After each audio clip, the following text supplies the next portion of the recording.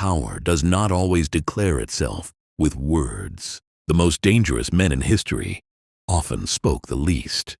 Their silence was not weakness. It was a weapon.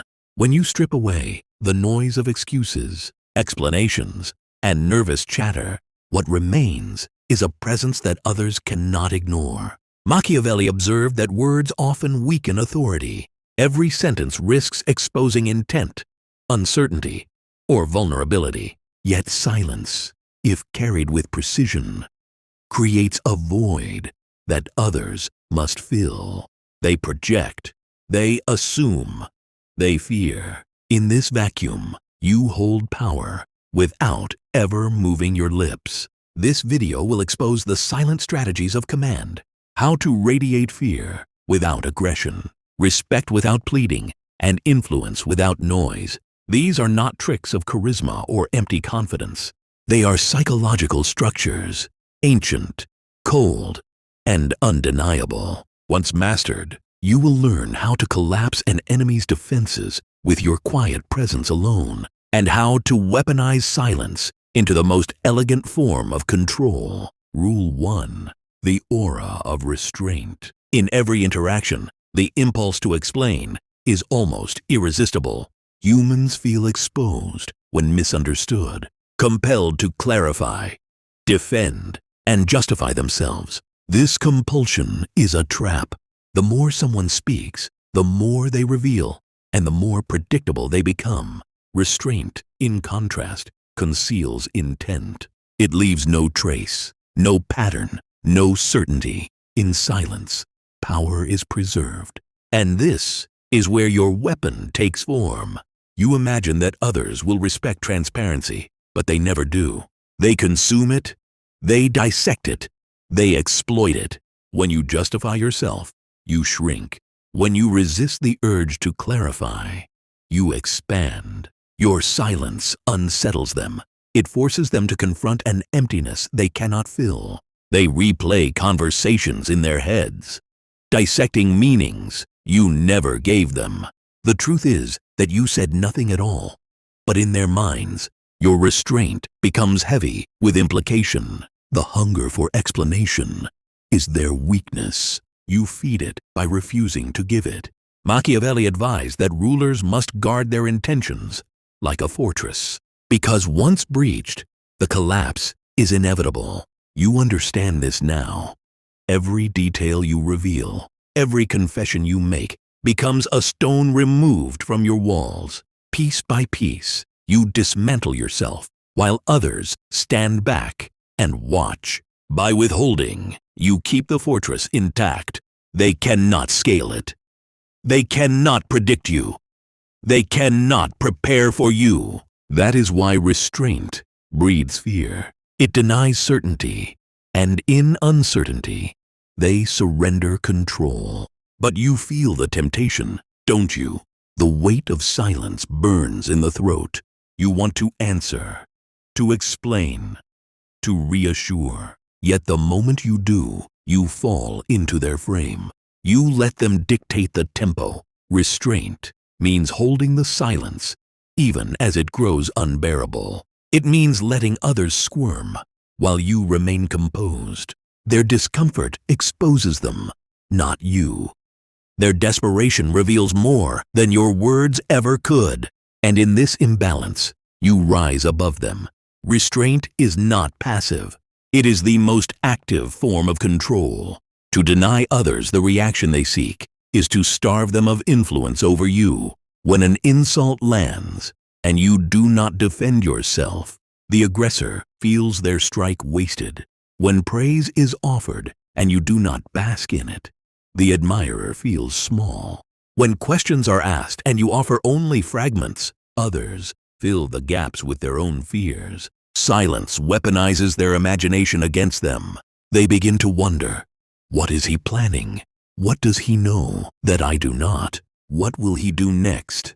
Their unease grows because your restraint has forced them into submission. This is why those who chatter endlessly are never respected. They confuse noise for authority, but every extra word is a risk. It reveals bias, insecurity, or weakness. People may smile while listening, but inside, they are cataloging every detail you give away. They will use it when the moment benefits them.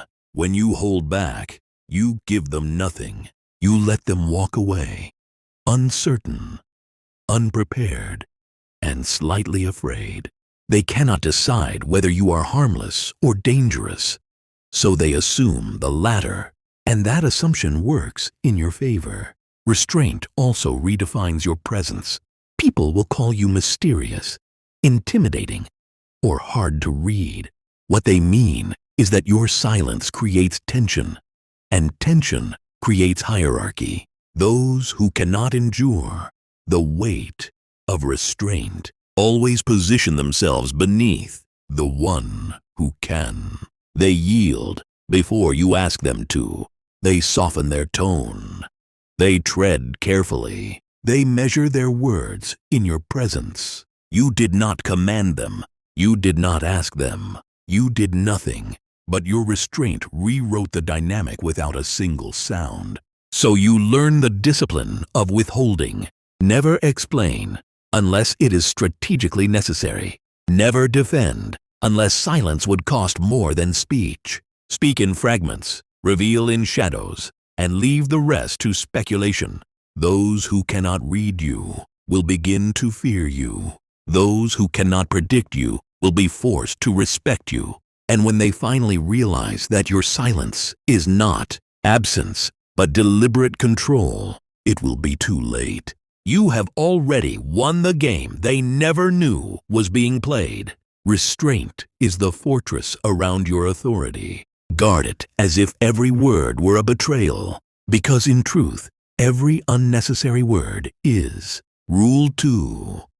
The power of stillness. There is a hidden violence in stillness. When others move, shift, twitch, and scramble to fill space with gestures and noise, you remain motionless. That motionlessness does not make you invisible. It makes you unbearable. People do not know what you are concealing, nor do they know if your calm hides confidence, anger, or calculation. All they know is that you are not rushing to prove yourself, and that is enough to disturb them. Human beings instinctively measure one another through movement. The nervous tap of the foot, the restless adjustment of posture, the impulsive nodding of agreement. Each one betrays weakness. It tells others that your calm cannot hold, that your inner state is cracking through your body. This is why your stillness becomes a weapon.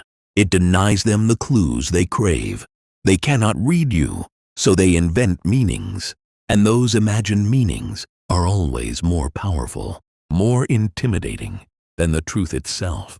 Machiavelli warned against displays of weakness, and unnecessary motion is weakness disguised as energy. Every time you shift without purpose, every time your body rushes to fill silence, you surrender a piece of control. But when you sit without moving, when your eyes hold steady, when your body refuses to betray urgency, you gain the upper hand. They see composure, even if beneath it you are calculating. They see strength, even if beneath it you are planning your next strike. There is a reason generals, kings, and rulers trained their bodies into statuesque calm. In the heat of battle, soldiers looked not to words, but to the faces of their leaders. If the leader panicked, the army collapsed. If the leader remained unmoved, the army believed victory was possible. That belief alone often decided wars. Stillness is not simply a performance. It is an instrument that bends reality. People take their emotional cues from you, and when you remain firm, they begin to waver in your presence. Think of how silence and stillness work together. One denies them words. The other denies them movement.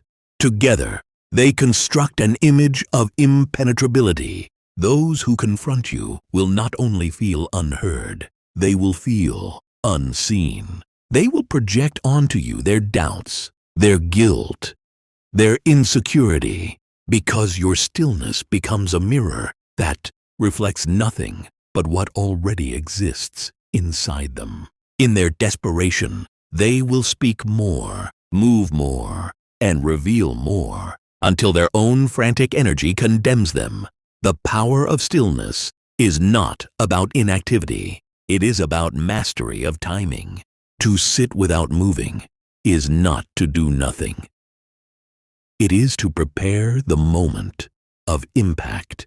You wait as others unravel, and then, when you finally choose to move, that single action carries the weight of 100 unspent gestures. A glance, a shift, even the simple act of leaning forward suddenly becomes unbearable to those who have been drowning in your restraint. Your stillness makes your smallest actions feel monumental. This is the paradox. When you stop moving, you force the world to move around you. Their energy bends toward your calm. Their words try to break your silence. Their gestures try to crack your immobility. And all the while, you remain untouched. The more they expend themselves, the more you conserve. And by conserving, you win. Your task is simple. Train yourself into stillness. Eliminate every unnecessary motion, every restless habit, every unconscious twitch that gives your mind away. Sit with your discomfort until you no longer need to release it. Hold eye contact without blinking until the other person looks away first. Let them drown in their own movement. Let them squirm in the face of your composure, because the one who moves least controls the one who moves most. This is the power of stillness. It is not loud. It is not dramatic. It is not aggressive. It is colder than that. It is the art of forcing others to reveal themselves, while you reveal nothing. It is the invisible hand that turns chaos into order and converts panic into submission. And when you master it, you will discover that you no longer have to prove anything.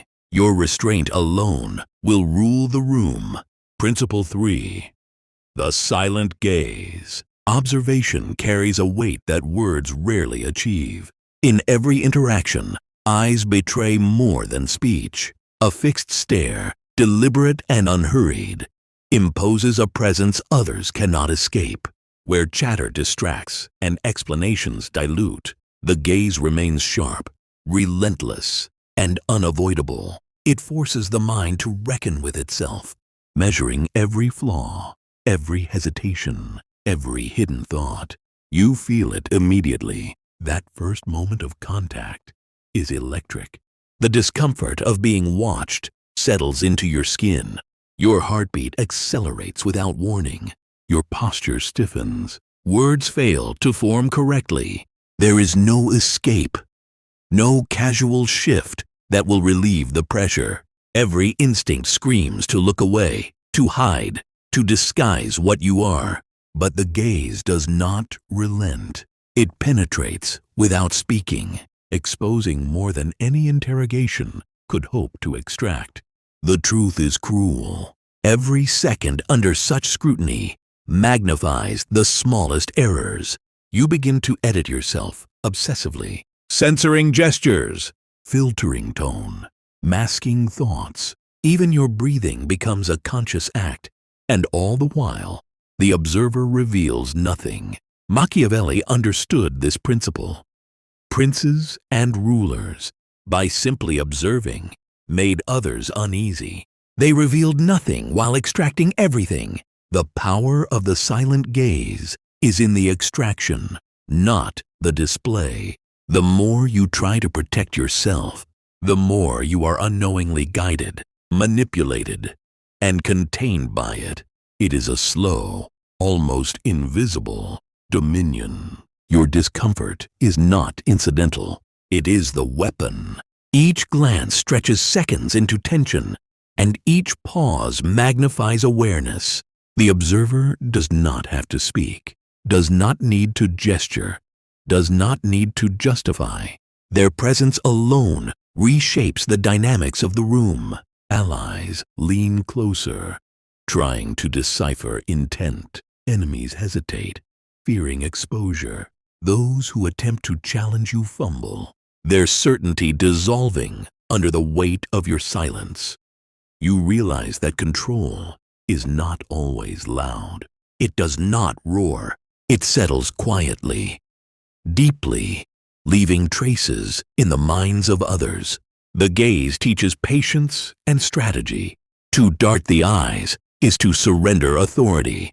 To flinch, to avert, to seek comfort in movement is to reveal vulnerability. The observer, calm and deliberate, holds the upper hand because nothing of their true intent is ever shown. Respect grows organically in this vacuum. Fear seeps in unbidden, and you, unmoved, remain untouchable. The gaze is also a mirror. When others confront your silence, they reveal themselves, their posture, their tone, their fleeting expressions, all betray their insecurities. They project their desires, their guilt, their fears. You do not interfere. You do not comment. You allow them to unravel in the tension created by your stillness. Every attempt to mask weakness becomes a display of submission, a confirmation of your dominance. And yet mastery requires discipline. Your stare must be anchored, unwavering. Every glance must be intentional, every pause calculated. Hesitation or overextension betrays you. Silence without steadiness is wasted. Pressure without control is self-defeating. Only when you learn to calibrate every fraction of your attention, every hold of your gaze, does it evolve into a tool of absolute authority. The silent gaze commands more than compliance. It influences perception. It reshapes memory. People remember the feeling of scrutiny long after the interaction ends. Arguments, justifications, and explanations fade, but the weight of being watched lingers. Fear and respect take root, not from what you say, but from what you never speak. You become an invisible force, bending the behavior of others without ever raising a hand. In the end, the eyes are more formidable than speech. They convey certainty where words fail. They impose control without confrontation. They unsettle the confident and expose the arrogant. And when mastered, the silent gaze allows you to dominate any situation while appearing untouched, unreadable, and entirely impenetrable. The room bends to your presence because it senses power in stillness, fear in observation, and authority in restraint. Rule 4. The silence of timing. People rarely notice the pause. They fear it. In every conversation, in every negotiation, they rush to fill it, terrified of emptiness. Their instinct is to speak first, to assert presence, to explain before reflection. That impulse, universal and predictable, is weakness waiting to be exploited. Silence is not absence. It is power, measured in seconds. The first time you wait, it is uncomfortable. Your chest tightens. Your mind races with imagined responses. Others fidget, glance around, searching for signs of understanding. You hold still. You do not move. You do not speak. You do not justify. And they begin to talk. They overshare. They reveal motives, insecurities, and plans that would have remained hidden if you had rushed to fill the gap. Every word they give you becomes a tool. Every confession is a weapon you can store for later. It is intoxicating and terrifying to watch. That discomfort, that desperate need to break the pause, becomes a mirror of their vulnerability. Machiavelli recognized the lethal utility of timing. The longer you wait, the more others reveal, while you conserve strength. They cannot predict what you will do, and that uncertainty terrifies them more than action ever could. By saying nothing, you create the illusion of omniscience. By waiting, you force the world to chase your rhythm instead of setting their own. In negotiations, silence is leverage. Speak too soon and you lose control. Words give away limits, intentions, and weaknesses. Pause, and they lean forward, seeking your position. Pause again, and they begin to bargain against themselves. Pause longer still, and they confess concessions they would never admit if you had moved first. Timing is your unseen hand, guiding every outcome without a single declaration. Even in conflict, the effect is brutal. A sharp insult aimed at you is neutralized not by reply, but by delay. That measured stillness communicates strength, calculation, and unshakable patience. Your inaction becomes louder than any argument. The mind races. Will they strike? Will they retaliate? Or is this silence a trap? Fear grows because uncertainty is heavier than confrontation. They fear what you might do later because you chose not to act now. Learning to wield silence requires discomfort. You must extend pauses beyond social norms. Resist the instinct to clarify, defend, or react. Watch how others squirm. Note the micro-expressions, the restless hands, the tightening jaw. These are the cracks in their composure. Each twitch, each hesitation is a window into their strategy, their desire, their fear. You are the observer. You are the conductor. They move in response to the void you create. The mastery of silent timing is subtle, almost invisible. It does not announce itself. Its power is felt in the invisible shift of control. The room leans toward you. The conversation bends around your restraint. Allies seek your approval. Enemies overcommit. The pause, stretched deliberately, becomes an unspoken authority that commands attention, respect, and fear simultaneously. Silence is never wasted. It accumulates. It waits. It pressures, and in the weight of it, you rule. Every second you resist, every moment you observe, every fraction of time you withhold your voice, builds dominance without confrontation. Your restraint is a trap, your patience a weapon, your silence the quietest form of power imaginable. Rule 5. Silence as judgment. People constantly seek validation. They measure their worth by reactions, approval, or recognition. When expected responses are withheld, a subtle chaos unfolds. Allies hesitate, unsure of standing. Rivals miscalculate, exposed to uncertainty. The absence of reply becomes a weapon. Silence, in these moments, functions as judgment, asserting dominance without uttering a single word. It hits immediately. You feel it in the shifting weight of attention. Conversations falter, eyes flicker, hearts race. The urge to justify, to clarify, to force acknowledgement grows unbearable. You do not give it. You do not bend. And in that refusal, power quietly gathers around you. Each pause, each withheld reaction amplifies the psychological pressure. Machiavelli warned that rulers must be feared more than loved. And in this deliberate quiet, fear begins to take root. Princes should always remain feared rather than loved. For silence becomes judgment where words fail. You notice the small betrayals first. A friend glances nervously, seeking a hint of your approval. A rival pauses mid-sentence, unsure if a challenge is safe. Their minds race to fill the void you create.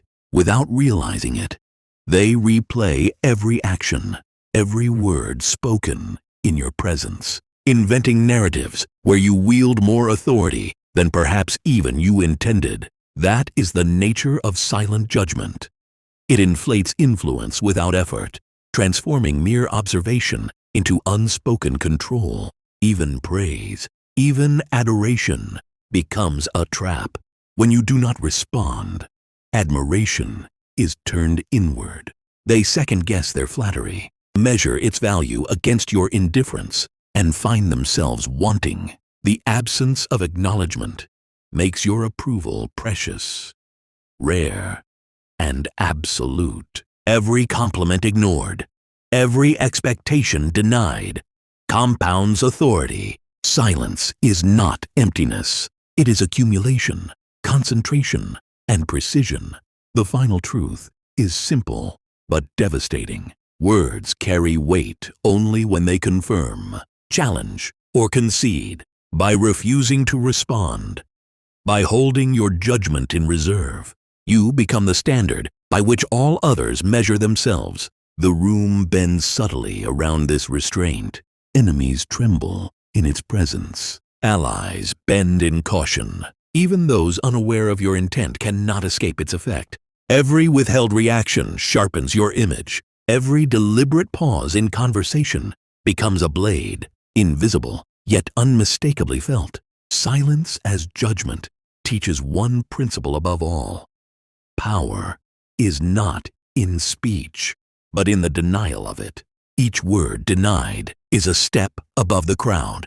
Every moment of quiet, a declaration of supremacy. And when your judgment finally falls, it lands heavier, more precise, more feared, because it has been earned through the weight of what was never spoken. You do not need to comment, argue, or assert. In your quiet, the hierarchy is clear. You are the measure, untouchable, in control, and absolutely sovereign. Rule 6. Silence as concealment. People reveal far more than they intend. Every conversation, every idle word is a breadcrumb of weakness. In their desire to be understood or accepted, they expose motives, alliances, and fears. Meanwhile, those who speak less remain unreadable. Silence is not emptiness. It is armor, a calculated cloak that hides strategy, intent, and desire from view. The first time you withhold, you notice it immediately. Attention shifts. Others begin to probe, to talk, to explain themselves. Their gestures betray impatience. Their eyes betray speculation. You stay still, detached, observing. You do not justify. You do not confirm. And in that restraint, power accumulates. Every word they spill, every confession they offer, becomes your intelligence. You watch them unravel without touching them. It is intoxicating to witness. That discomfort, that need to fill the void, exposes vulnerabilities you would never have learned otherwise. Machiavelli recognized this instinct. Rulers must disguise their intentions, for concealment is the highest form of defense. Your silence functions the same. By speaking little, you force others to reveal everything, their assumptions, their gossip, their speculation.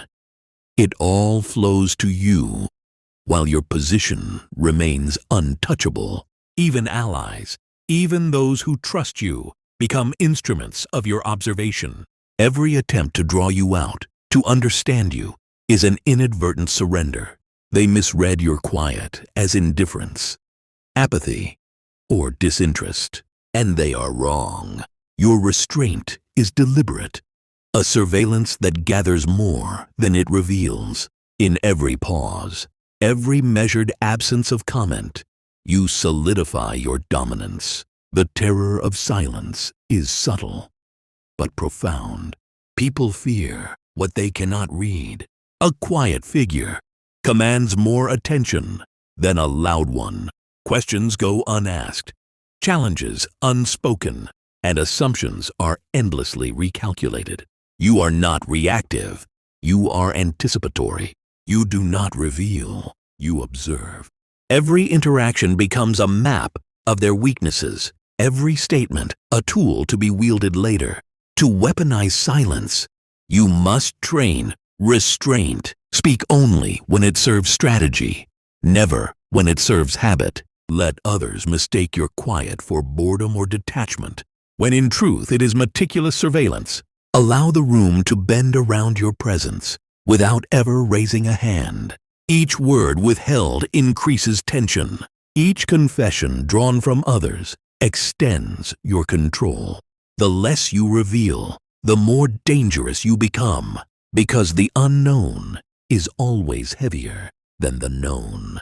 In the end, silence as concealment is mastery. It is not absence. It is armor, a shield that preserves power while extracting intelligence. Speak sparingly, observe relentlessly, let others drown in their own verbosity. And when the time comes, act with precision, using knowledge they unknowingly delivered. In your quiet, you are untouchable, unreadable, and completely sovereign. Rule 7. The final weapon of absence. Presence is taken for granted.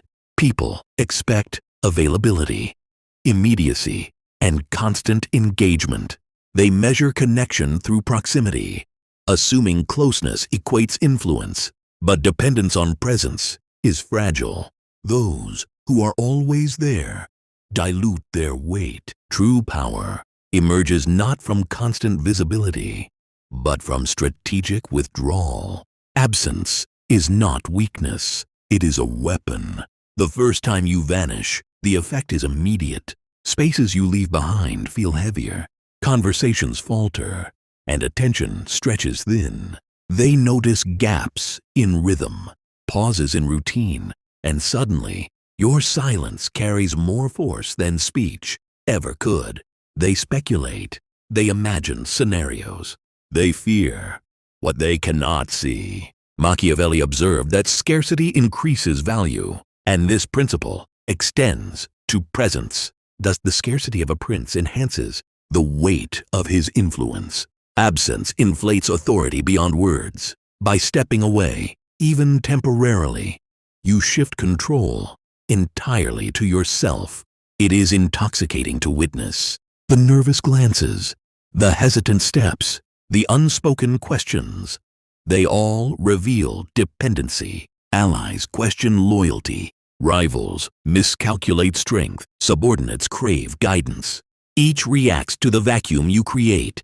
In that void, your absence speaks louder than your presence ever did. Your return is no longer a routine. It is a command. Every move thereafter carries amplified gravity. Absence teaches restraint. It forces you to let go of immediate satisfaction, to resist the urge to respond, to appear, to intervene. Each withdrawal must be deliberate, measured, and unpredictable. You are not gone to avoid conflict, but to engineer tension. People begin to act out of anticipation rather than necessity. You dictate behavior without a word, guiding outcomes by what is unseen rather than what is shown. The terror of absence is psychological. Humans fear uncertainty more than confrontation. They imagine extremes. They doubt decisions. They obsess over timing and motives. Your deliberate removal exploits this instinct. The longer the void persists, the more control you accumulate. You transform scarcity into leverage, and the environment bends around your calculated disappearance. Mastering absence is mastery of influence itself. It is not passive withdrawal. It is a strategic exhalation of power, allowing the world to chase your shadow. Speak rarely. Appear deliberately. Vanish without apology, and reappear as if the moment itself bends to you. In that rhythm, silence ceases to be mere restraint. It becomes dominance made manifest. The final weapon of absence ensures that your authority is not demanded. It is recognized. You rule not through presence alone, but through the invisible gravity your absence enforces. Final principle: the silent crown. The world mistakes noise for authority. Most believe volume signals power, that words carve dominion. In truth, the louder they speak, the more transparent they become. Every explanation, every defense, every claim exposes weakness. Silence, however, operates differently. It does not entertain debate or expectation. It imposes gravity. It defines space without a sound. Feel the weight of being untouchable. Every gaze that follows you, every question left unanswered, every reaction withheld feeds a quiet dominion over those around you. Machiavelli observed, "Words are expendable. Presence is eternal." Let that sink in. You are not measured by your explanations. You are measured by the void you leave behind, by the restraint that forces others to dance within it. Every person who rushes to fill silence reveals themselves. Every pause you maintain tightens your control. Understand this: the silent ruler asks nothing, yet extracts everything. Fear is implied, not declared. Respect is taken, not requested. You do not argue. You do not justify. You do not show. Every withheld word, every still movement, every absence from expectation amplifies authority. Others chatter. Their defenses, their compulsive need to explain, these are the instruments of your rule. You are sovereign because you need nothing, while they need everything from your presence. In the end, silence is not passive. It is the invisible crown. The masses may not recognize it, but they obey it nonetheless. The one who wears it never proves himself. Every spoken claim becomes trivial against the weight of quiet mastery. You move through the world unchallenged, unmeasured, and undeniably in command. In your silence, you are eternal.